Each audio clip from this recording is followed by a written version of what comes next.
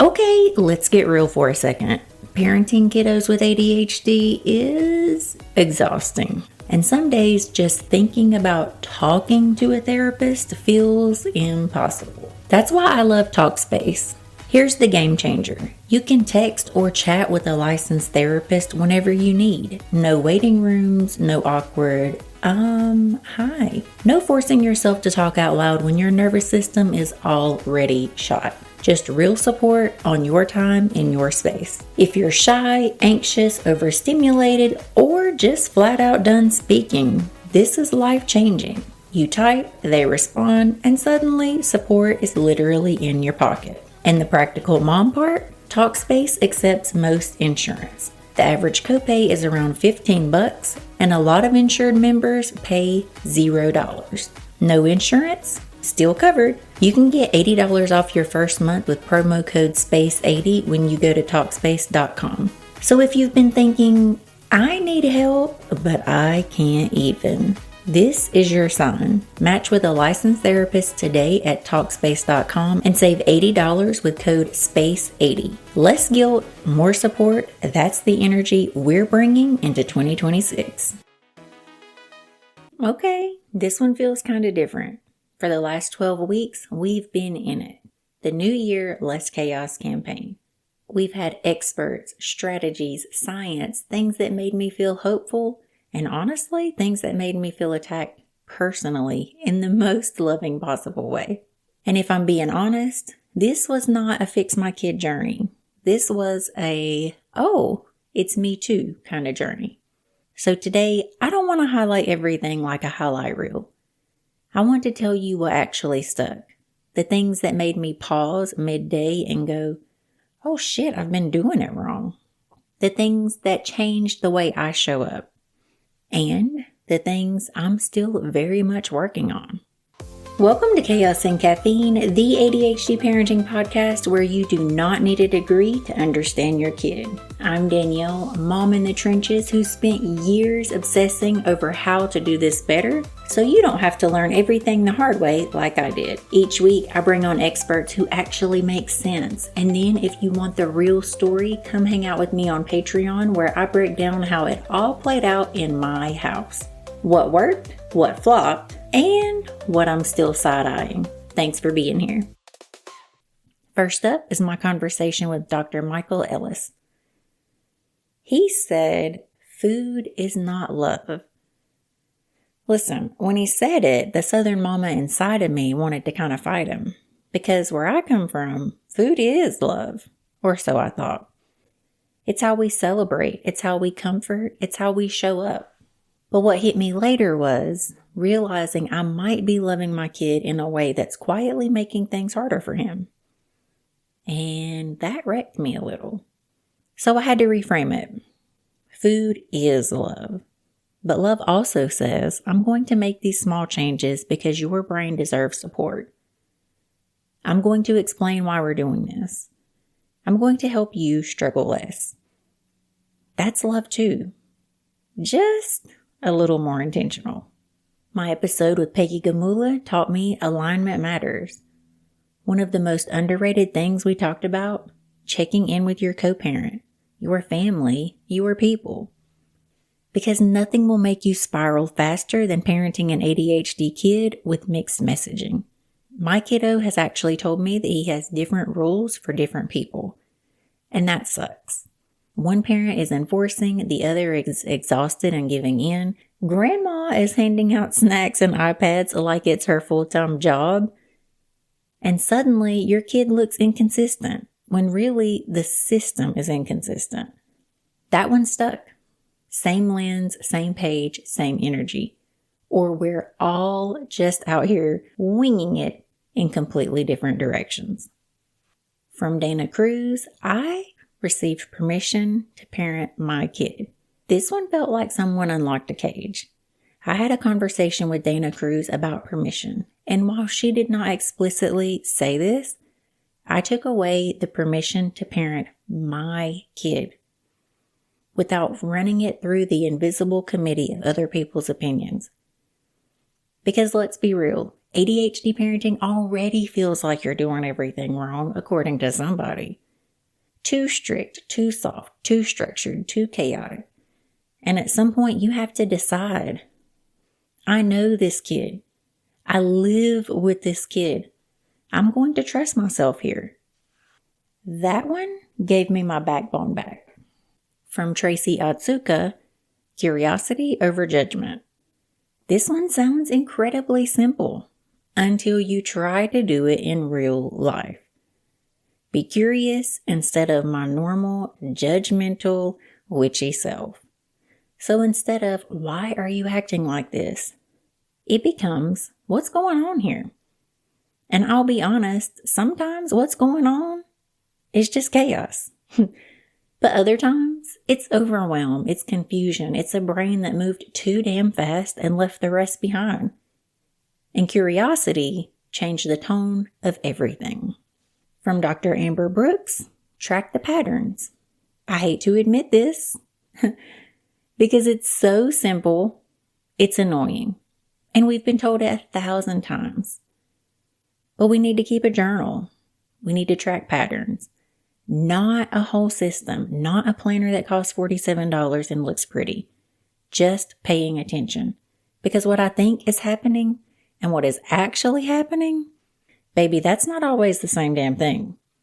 And when I started noticing patterns, everything got a little less chaotic and a little more predictable. From Maria Del Corso, Body Doubling is Magic. This one humbled me just a little, because apparently my kid doesn't need a TED Talk. He just needs me to sit down next to him and shut my mouth. Just being there, quietly working alongside of him. No nagging, no countdowns, and no lectures. And somehow that works better than everything else we've tried. Rude, but effective. From Amy Briggs, I was reminded to show up for my kid and not the crowd. This one was a gut check. Funny side story, when I met with Amy, my face was covered in eczema, inflamed. I'm talking ugly, ugly red. And I told her about going to my kiddo's basketball game and how insecure I was and how he didn't care. He was like, Mom, nobody's going to be looking at your face. They're going to be looking at the basketball game.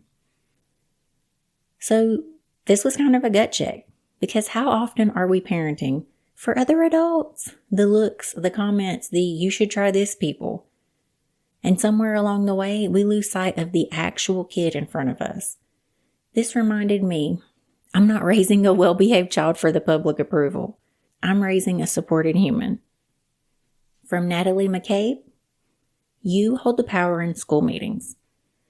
This one felt like a personality shift, because I used to walk into those meetings like, please help. And now I walk in like, let's work together, but I know my kid best.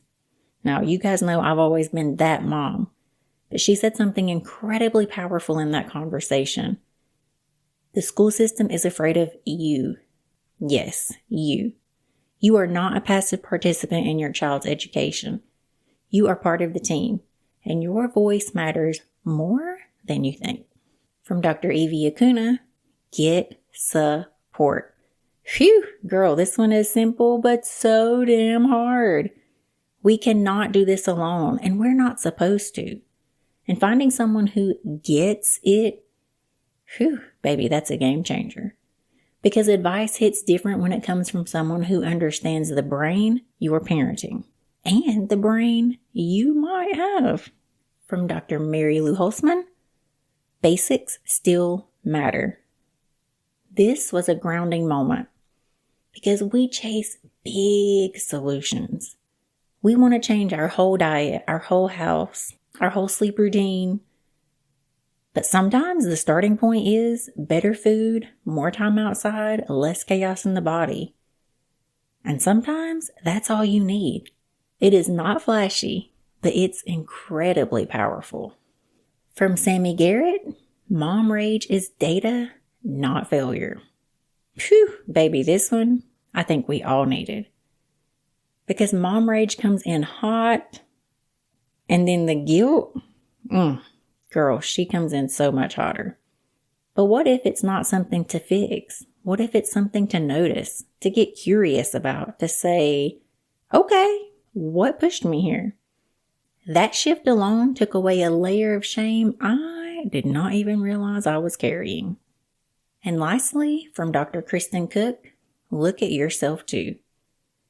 All right, this one. Sometimes when I say this, the internet loses their damn minds. The comments, the DMs, the unsubscribe, the unfollow, the nasty emails to the podcast. Because this is the one that we don't want to hear. But I absolutely need it. Because sometimes my reaction is adding fuel to the fire. Sometimes my tone, my urgency, my overwhelm is pouring gasoline on a situation that definitely needed water. And that doesn't make me a bad mom. It makes me a human in process. So, after 12 weeks of the New Year Less Chaos campaign, here's where I've landed. There is no perfect system. There is no magical fix. There is just awareness, tiny shifts, better understanding, more compassion for our kids and ourselves. And if I've learned any damn thing, it's that less chaos doesn't come from controlling everything. It comes from understanding what actually matters and letting go of the rest. So if you've been here for this whole series, thank you. Thank you for showing up. Thank you for trying, for loving your kid in a world that doesn't always make that easy. And if no one told you lately, you're doing a lot damn better than you think. And we're not done. Not even close. Starting next week on the podcast, it's the one that you guys have been screaming for, the Screens campaign. We will have 13 weeks of experts from every dang field of screen addiction and ADHD and what screens are doing to our kiddos' brains and what the hell to do about it. So, before we leave, I want you to leave me a comment and let me know what you took from the New Year Less Chaos campaign. Like, of course, subscribe so you don't miss the Screens campaign. But so much more importantly, I need you to share this with your mom friend who lost her shit in the car line this morning. Because sharing is caring, and that's how we're going to help our kids. That's it for this week on Chaos and Caffeine. I'm Danielle. I'll see you guys back here next week. Emotional support coffee in hand. I love you, and I really, really mean it. Parenting neurodivergent kiddos feels like trying to build IKEA furniture blindfolded sometimes. You know there's a manual, but it's all in Swedish. That's exactly why I want to spotlight Insight Family Market. They aren't another generic store. They're a curated marketplace built by someone who's literally been in the trenches as an educator and parent, selecting tools that actually make daily life more manageable for real families. From sensory-friendly clothing and adaptive tools to educational supports and wellness essentials, everything is chosen with the family-first mindset. No clinical jargon, no guessing what might help. What I love is that it's not about selling you a quick hack. It's about offering thoughtful, quality products that help create more calm, more confidence, and more actual functioning in chaos. Whether that's at mealtime, bedtime, homework, or quiet moments between the noise. If you are exhausted from chasing solutions and just want a place where the gear feels like it was picked by someone who gets it, Insight Family Market might be that stop on your journey.